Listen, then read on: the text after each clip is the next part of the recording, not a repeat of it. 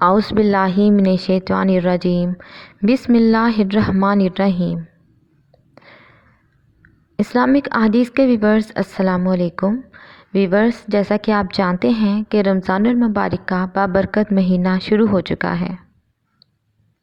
इसके बारे में अल्लाह ताला का इरशाद है कि ए ईमान वालों, तुम पर रोज़े फ़र्ज़ किए गए हैं जैसे कि तुमसे पहले लोगों पर फ़र्ज़ किए गए थे, ताकि तुम परहेज़गार बन जाओ। सूरह अल बकरा की आयत नंबर 286। हमारे नबी करीम सल्लल्लाहु अलैहि वसल्लम का इरशाद है कि रोज़ा दोज़ख से बचने के लिए ढाल है। रोज़ेदार को चाहिए कि रोज़े में ना फहाशी की बातें करे और ना ही जहालत की। अगर कोई उससे लड़े या उसे गालियाँ दे तो उसका जवाब सिर्फ ये होना चाहिए कि मैं रोज़ेदार हूँ। अल्लाह ताला को रोज़ेदार के मुंह की खुशबू कस्तूरी की खुशबू से भी ज़्यादा पसंदीदा और पाकीज़ा लगती है। रोज़ा दीन इस्लाम का एक सतून है और इसके बगैर एक मुसलमान का दीन मुकम्मल नहीं होता। व्यूवर्स, इस वीडियो में बताया जाएगा कि वो कौन से 9 लोग हैं कि अगर वो रोज़ा ना रखें तो उन्हें कुछ भी गुनाह नहीं होगा, यानी इन लोगों को रमज़ान में रोज़ा ना रखने पर छूट है। हर मुसलमान मर्द और औरत जो बालिग हो और अपने होशो हवास में हो, इस पर रमज़ान के रोज़े फ़र्ज़ हैं, यानी कि इसके लिए पूरे महीने के रोज़े रखना ज़रूरी है। और अगर वो इनकी फ़र्ज़ियत का इनकार करता है तो वो काफिर है और बिला वजह रोज़ा छोड़ना गुनाह भी है। लेकिन क्या आप जानते हैं कि वो 9 लोग कौन से हैं जिन्हें रोज़ा ना रखने की छूट दी गई है? पहले नंबर पर बीमार आदमी है। बीमार आदमी को रोज़ा ना रखने की छूट है और इस पर कुछ भी गुनाह नहीं है। अब ये भी जान लीजिए कि ऐसी कौन सी बीमारी है जिसमें रोज़ा ना रखने की छूट दी गई है।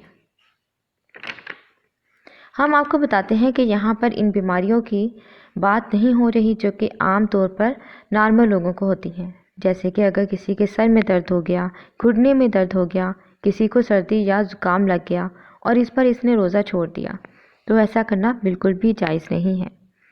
ऐसे लोगों को रोज़ा रखना ज़रूरी है। यहाँ पर बीमारियों से मुराद ऐसी बीमारी है जिसमें इंसान की जान जाने का ख़तरा होता है। अब ये भी जान लीजिए कि वो कौन सी बीमारी है कि इसमें जान जाने का ख़तरा होता है। तो इस बात का भी ऐसे पता चलता है कि अगर कोई आपको माहिर डॉक्टर ये कह दे कि अगर आप भूखे प्यासे रहे तो रोज़ा रखने से आपकी जान जाने का ख़तरा हो सकता है, या फिर डॉक्टर आपसे ये कह दे कि अगर आपने रोज़ा रखा तो आपकी बीमारी ठीक नहीं होगी या आपकी बीमारी और बढ़ जाएगी, तो ऐसे शख्स को रोज़ा छोड़ने पर कोई गुनाह नहीं।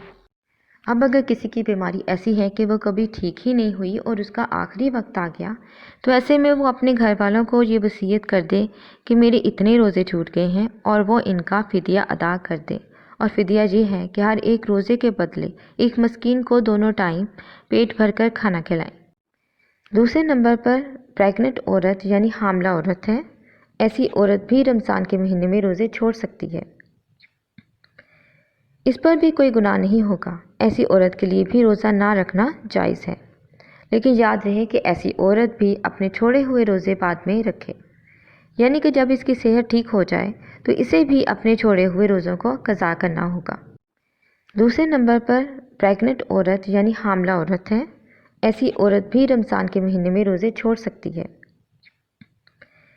इस पर भी कोई गुनाह नहीं होगा। ऐसी औरत के लिए भी रोज़ा ना रखना जायज़ है, लेकिन याद रहे कि ऐसी औरत भी अपने छोड़े हुए रोज़े बाद में रखे, यानी कि जब इसकी सेहत ठीक हो जाए तो इसे भी अपने छोड़े हुए रोज़ों को क़ज़ा करना होगा।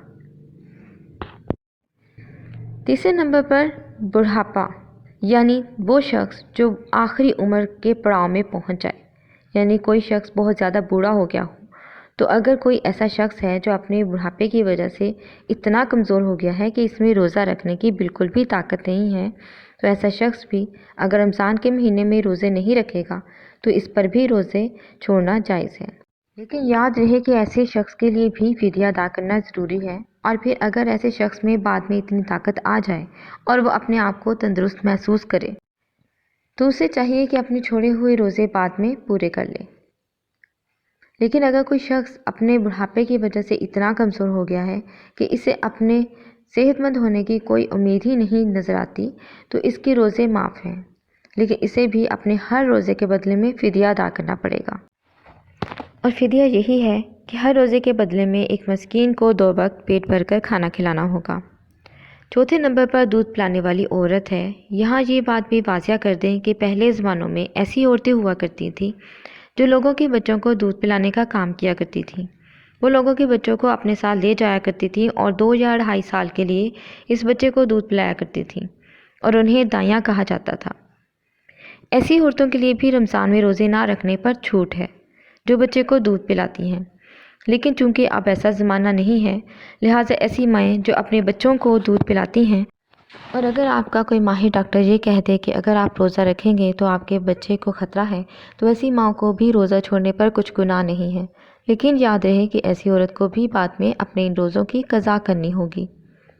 5ویں نمبر پر ایسا شخص ہے جو کہ پاگل یا دیوانہ ہو چکا ہو اور اس کا ذہنی توازن خراب ہو اور وہ بہکی بہکی باتیں کرتا ہو یا بے ہوش ہو جاتا ہو، تو ایسے انسان کے لیے بھی روزہ چھوڑنا جائز ہے اور اسے کوئی گناہ نہیں۔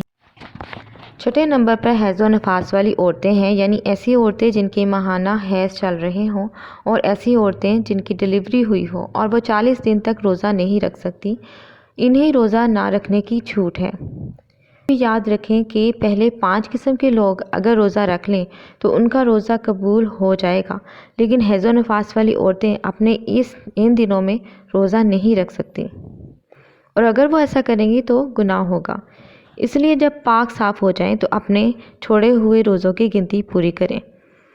7ویں نمبر پر وہ شخص ہے جو کہ سفر پر جا رہا ہو یا سفر کر رہا ہو تو اسے بھی روزہ چھوڑنے کی چھوٹ ہے، لیکن یہ بات بھی جان لے کہ سفر 82 کلومیٹر سے زیادہ ہو اور وہ کم سے کم 15 دن کے سفر کی نیت کر کے گھر سے نکلا ہو تو ایسے مسافر شخص کے لیے روزہ نہ رکھنے پر چھوٹ ہے۔ 8ویں نمبر پر ایسا شخص جس کی جان جانے کا خطرہ ہو، یعنی اگر کوئی شخص تلوار لے کر آئے اور کہے کہ اگر تم روزہ رکھو گے تو میں تمہاری گردن اڑا دوں گا، یعنی اسے جان کا خطرہ ہو، تو ایسے شخص کے لیے بھی روزہ چھوڑنا جائز ہے، لیکن جب خطرہ ٹل جائے تو اپنے روزوں کی قضا کرے۔